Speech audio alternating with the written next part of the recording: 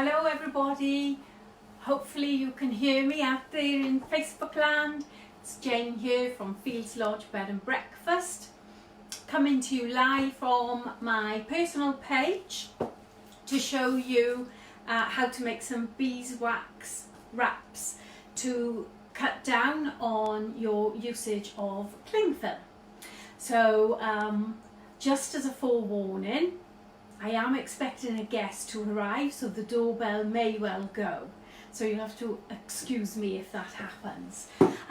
So beeswax wraps. I've looked at buying these in the past, but I've only ever found quite small ones, and I have also found them to be quite expensive.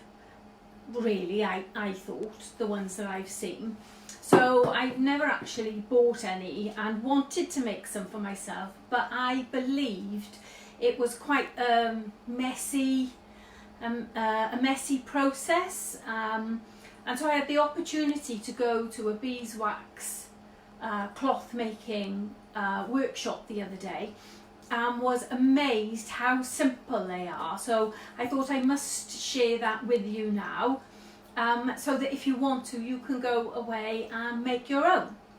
So this is in effect to help cut down on the use of single-use plastic cling film to keep your food fresh. The beeswax cloth is airtight, and it's also antibacterial, antifungal as well. So it's a great environment to put your food in, and so I thought I'd show you how to make them, and I think they're really good Christmas presents as well. So if the comments, thank you very much for everybody that is saying hello and giving me thumbs up.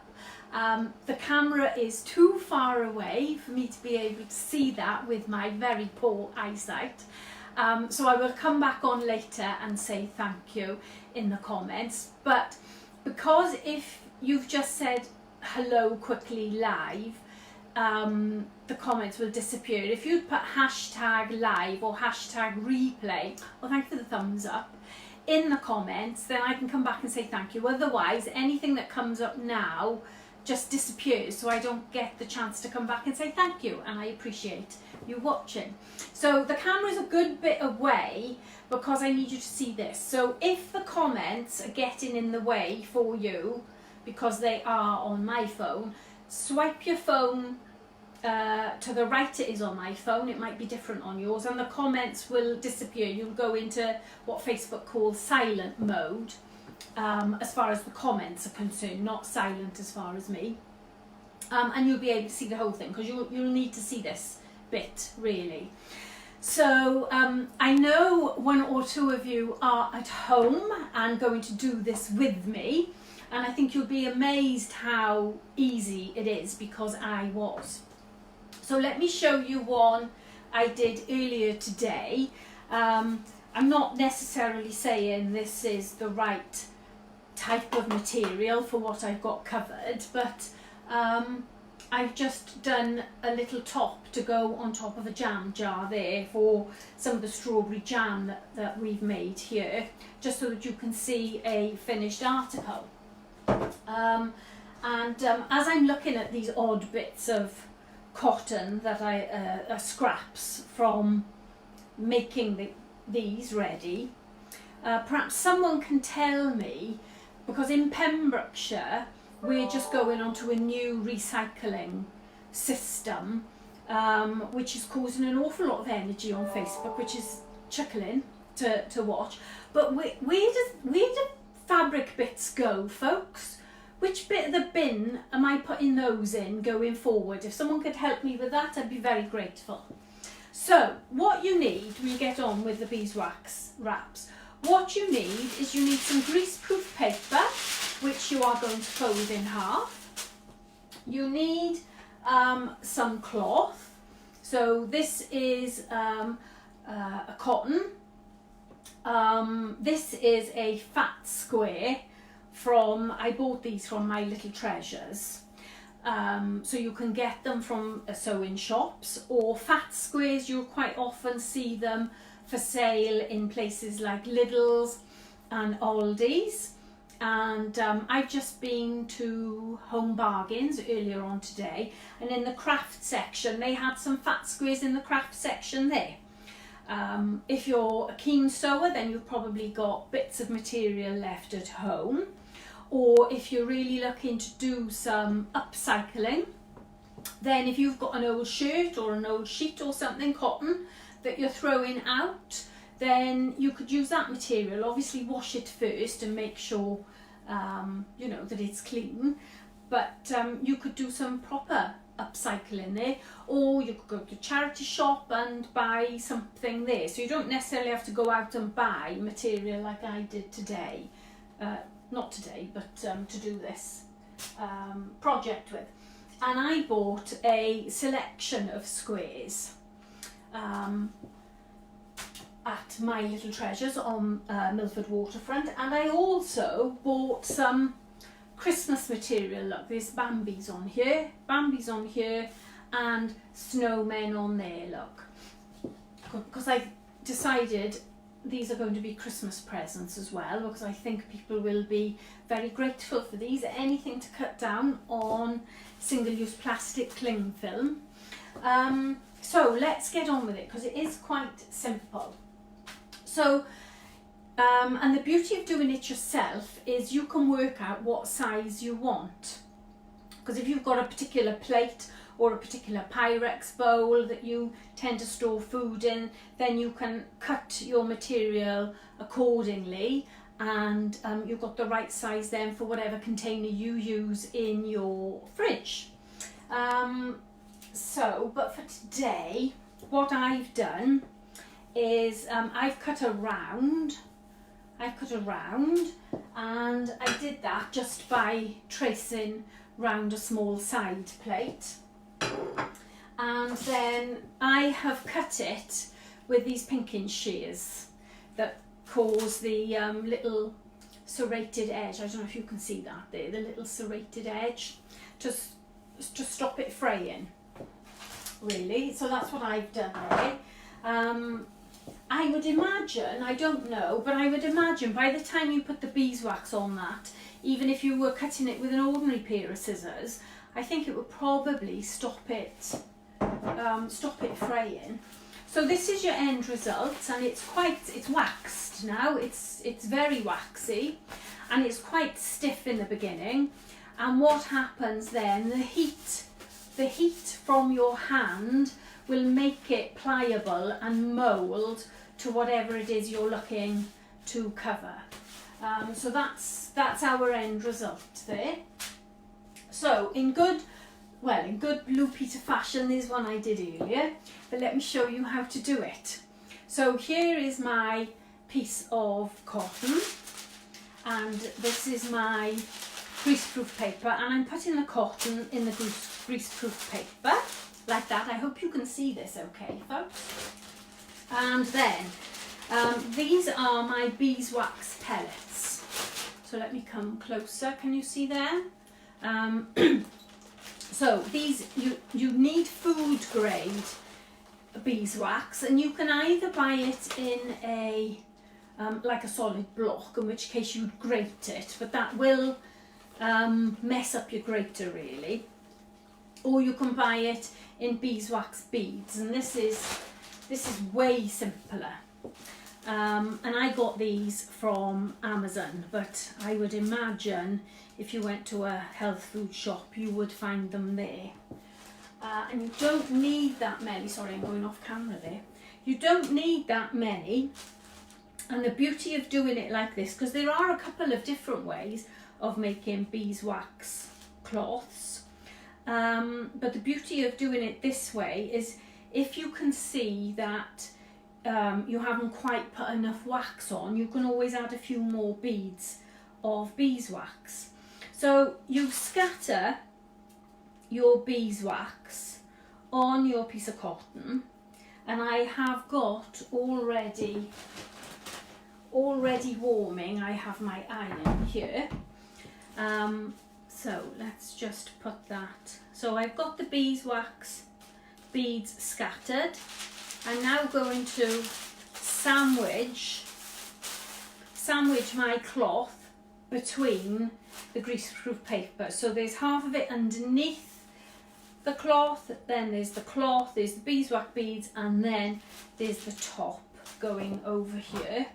And then I've got my iron, and my iron is on maximum here, and I am just putting the iron over this, and as you're doing this you can actually see the wax melting, and you can see it going outside of the edges of the cloth, in which case you can tell which bits of the cloth have been covered. Now I think I've just missed a bit on this bottom corner here looking at it, so I'm just going to put a couple more beads there. Probably put too many beads there now. I'm just going to melt those in. So this isn't the sort of beeswax that you'd make candles out of. This is food grade beeswax, and it's just plain beeswax, and the smell is really very lovely. So that's melted. I don't know if you can see this now. That has melted the beeswax, and the whole cloth is saturated with it now, and as it's going cool it's solidifying again there. So that is your cloth saturated in beeswax. Yeah, it is all the way through, and that just needs to cool now, and that's another cloth ready to go on top of another jam jar. So as I said, no matter what size container you've got, I mean, look at the size of this. So these fat squares are plenty big enough. You haven't got a plate bigger than that, have you? So you can have 2 sheets of greaseproof paper, I would say then, because obviously you want a sheet top and bottom, and you can saturate the whole of that, and that could be one massive sheet of beeswax then for you. Or you could cut them up individually, as I've said, and make the right size that's appropriate for you. But I was just talking to Alison earlier, who is looking to do some more of these. Alison, have you made yours yet? Alison was at home making hers. And she came up with a good point in that her children can't see what's in the food, which is an excellent, what's in the dish, obviously, if it's covered with this, which is an excellent point. So in the B&B, I've got food stickers here, so it's easy for me to put a sticker on there on the container and say what's in it. But for you at home, that's a good idea. So if anybody's out there that does these, has anybody got a way of having see-through material?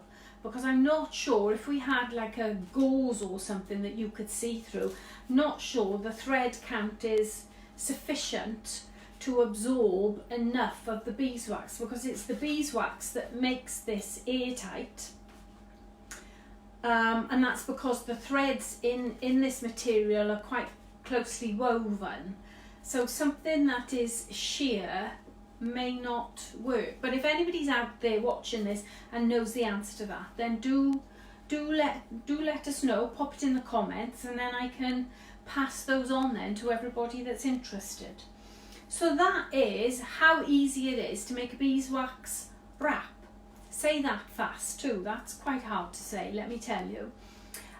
So I'm going to carry on here because I've got that much beeswax, and that I went half with my friend, and that's half of what we ordered, and that cost me £6.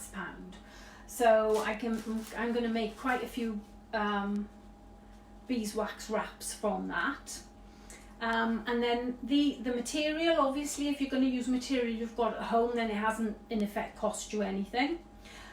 Or you can go and get some from a sewing shop if you want a particular design, or you can go to a craft shop. The ones that I found in home bargains today were very reasonable.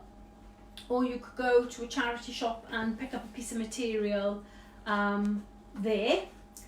So you can make these reasonably inexpensive, and I think now I'm going to make some others, and I'm going to fold them up and I'm going to tie them like this, and I'm going to put a little label on them, and I'm going to give some friends a set of those for a Christmas present, which I think will be very handy for people.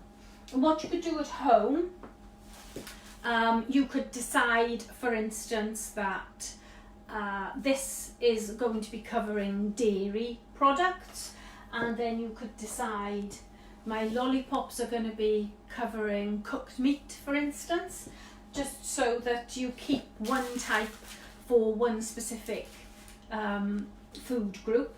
And then to wash, you can wash them down with some soapy water and a scourer, or one of these kitchen brushes.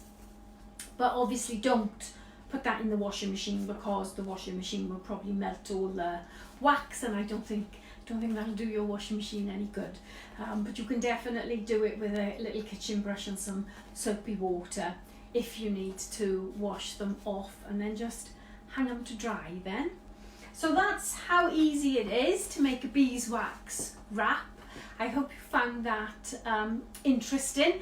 I'd love to get some comments in the comment box to let me know what you think, and I would love to see your pictures when you manage to do some. My friend Jill has bought some